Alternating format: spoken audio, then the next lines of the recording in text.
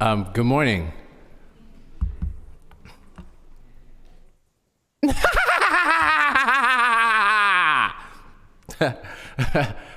Hi, I'm Paperboy Love Prince, coming from Brooklyn, New York. I'm an artist, an activist, and founder of the Paperboy Prince Love Gallery in Bushwick, Brooklyn. So many folks got chewed up and spit out in this city during the pandemic. And it feels like we've forgotten about them. People losing their jobs, their homes, and businesses, all while we've allowed major corporations to receive record profits. New York City's budget is larger than 47 out of 50 states. But with all that money spent, it seems like the problems are often made worse and the issues never get resolved.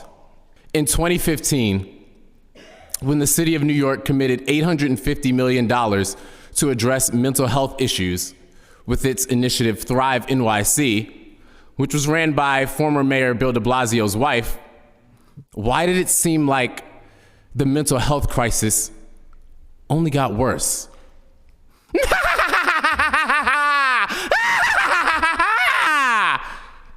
That's my point. $850 million to address mental health issues, and who did it go to? How do you vet them and track their goals? Not anymore. This clown show stops now. We need to do a better job of getting that money in the hands of real people on the ground. Our budgeting sucks. Please conclude. I'm getting to my conclusion. Our budgeting sucks, as does the follow-through and tracking. Why are so many folks going hungry here every day? Despite over $100 billion in resources, New York City remains the most expensive city in the United States, with 60% of residents saying they struggle to make ends meet. I'm concluding. Thank you. $38 billion on education, and yet 65% of NYC public school students aren't proficient in math or reading by the 8th grade. We need real solutions. So to my issue with Introduction 1090, while I think it's great to support growth of areas like Times Square and 34th Street, we can't keep overlooking areas like Myrtle Broadway and Jamaica Queens. It's important to reinvest in places like this to help foster more economic growth in emerging areas that are essential to growing our culture. And to Resolution 0011. Thank you. While I think it's great to reinvest in our infrastructure. Thank you. You're over time. We have to vote. We appreciate your testimony. Thank you. Thank you very much. Thank you. Appreciate that. While it might be easy to mock or deride this guy, sometimes it takes a little creativity to make your point. And that creativity can get your point out there. Would you have watched his speech if he wasn't in clown makeup? And surprise, surprise, the clown made some good points, but did go too long and wasn't able to get to the end thesis of his argument. For the sake of effectively spreading a message in our entertainment, I encourage everyone to participate in stunt speeches at city meetings. Believe it or not, this wasn't the first time we've seen a clown show up at a city meeting. My mother told me to dress for the job that you want to have.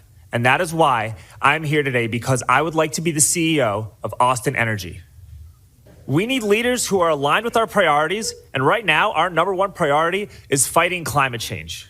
We need to get to net zero by 2030, and honestly, if we are ever going to achieve these goals, you shouldn't even be using power at all, okay? Listen, just last month, I destroyed the gas stove that I owned in a fire that I started because I am firmly committed to saving the planet, just like you. And I will show that same commitment as the CEO of Austin Energy. I have pronouns in my Twitter bio. I also have Ukrainian flags in my Twitter bio. And due to my extensive qualifications and the fact that my priorities align so much with the city of Austin, as well as what I thought were past administrations in Austin Energy, I would like a salary between $350,000 to $500,000 a year so that I could support my lifestyle, fund my cocaine habit, and care for my wife who has stage 5 testicular cancer.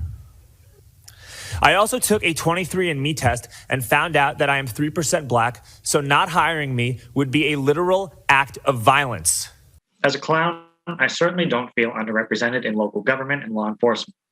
It's just that the measures taken to benefit me and people of my motley profession and identity feel unsatisfactory and inconsequential. Since I already know that Mr. Wheeler will take great actions after having listened to my statements, I, as a member of the Clowning Society of America, would like to nominate Mr. Edward Tevis Wheeler for Clown of the Year and immediately instate him as an honorary clown commissioner.